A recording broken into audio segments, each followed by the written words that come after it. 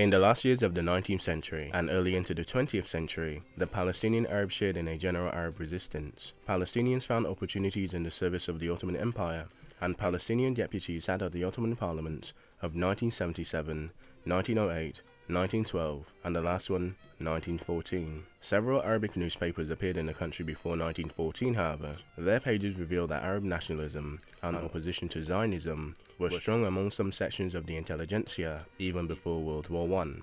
The Arabs sought to end the Jewish immigration and land purchased by the Zionists. The number of Zionist colonies, however, mostly subsidized by the French philanthropist Edmond and Baron de Rothschild, rose from 19 in 1900 to 47 in 1918, even though the majority of Jews were town dwellers. The population of Palestine, predominantly agricultural, was about 6,900,000 in 1914. 535,000 Muslims, 70,000 Christians, most of those who were Arab as well, and 85,000 Jews of the Yusufs. During World War I, the great powers made a number of decisions concerning the future of Palestine, without much regard to the wishes of the indigenous inhabitants. Palestinian Arabs, however, believed that Great Britain had promised them independence in the Hussein-Macron correspondence, in exchange for the letters of July 1915 to March 1916, between Sir Henry McMahon, British High Command in Egypt, and Hussein ibn Allah, the Emir of Mecca, in which the British made certain commitments to the Arabs in return for their support against the Ottomans during the war, the Great Arab Revolt. Yet in May 1916, Great Britain, France and Russia had reached an agreement, the Sykes-Picot Agreement, according to which the inter alia, the bulk of Palestine that was internationalized, which is Jerusalem.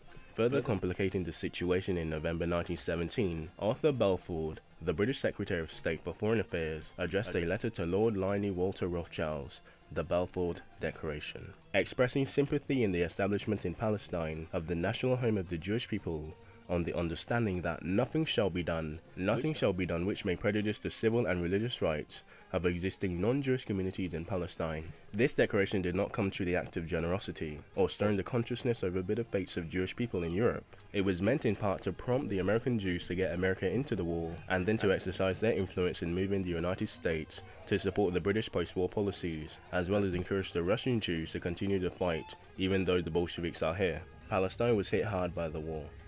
In addition to the destruction caused by the fighting, the population was devastated by famine, epidemics, and Ottoman punitive measures against Arab nationalists. Major battles took place at Gaza, along the Gaza Strip, and even in the West Bank, before Jerusalem was captured by the British and Allied forces under the command of General Sir Edmund, 1st Viscount Allenby, in December 1917. The remaining area was occupied by the British in October 1918, and so starts the Zionist goals, the kingdoms of Faisal, and Arab nationalism for Palestine. At the war's end, the future for Palestine was problematic.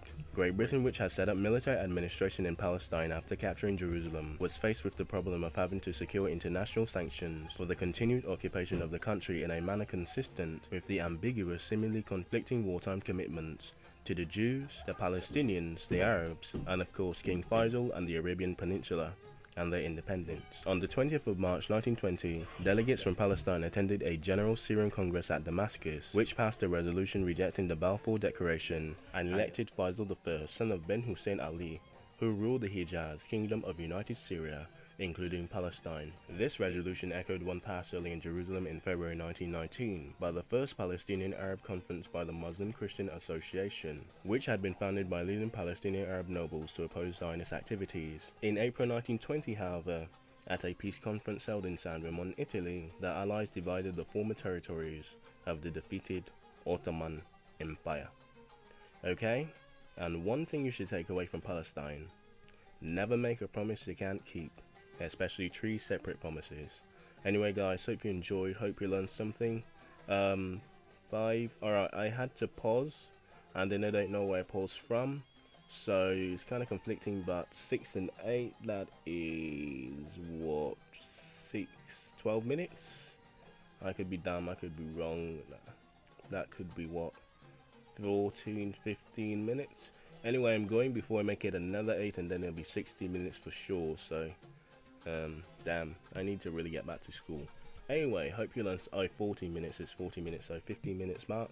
Anyway, hope you learned something, hope you take away this Aesop fable: never make a promise you can't keep, especially 3 separate promises, one to a king, one to the peasants, and one to the people that inhabited the land but were forced out from Pharaoh and then had to come back to the land.